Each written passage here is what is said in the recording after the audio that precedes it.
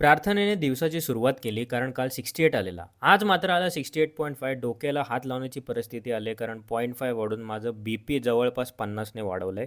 जिमला आज सुद्धा गेलो, पण जिमला एक अचंबित करणारं क्षण मी बघितलं. 750 वर्षांनी मी मंदार म्हात्रेंना डंबेल्स उचलताना बघितले. By the way, on a serious note, this Peck exercise is pretty fantastic. Single handed. फक्त तुम्हाला ही अटॅचमेंट लागेल जे की युजली स्क्वॉट्स मारताना यूज करतात. It is very good. Full upper body day कारण कालच्या ऋषिकेश सरांच्या वर्कआउटने अजून सुद्धा लेग सोर आहेत. चालताना बदकासारखं चालायला लागतं. खोपोलीला जिकडे मी 70 केजीचा फुल स्टॅक मारतो प्रिचर कर्सला, इकडे 40 किलोमध्येच माझा धूर निघाला.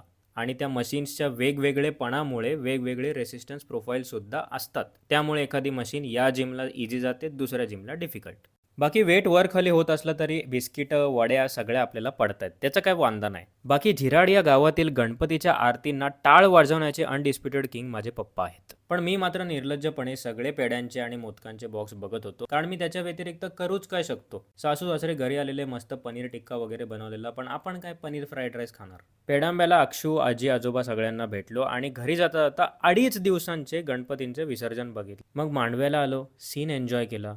पूजाने सुद्धा मस्त बेल्जियन वॅफलचे पॅनकेक्स एन्जॉय केले. पण माझ्या लाईफमध्ये ते नाहीये, सो मी डीसीची कार एन्जॉय करत होतो. ही कार कुठली आहे हे तुम्हाला माहीत असेल तर प्लीज कॉमेंट करा. घरी आल्यावर काय विषय होता तर भजन आपल्या घरी होता, ज्यांच्यासाठी आईस्क्रीम वगैरे घेऊन जात होतो, कारण ते आपल्या नशिबात तर नाहीये. आपल्या नशिबात तर आहे पनीर फ्राईड राईस, जे की खाऊन मी झोपलो. आजचा व्लॉग थोडा फास्ट पेस्ट बनवायचा मी प्रयत्न केला आणि थोडी वेगळी नरेशन स्टाईल यूज केली.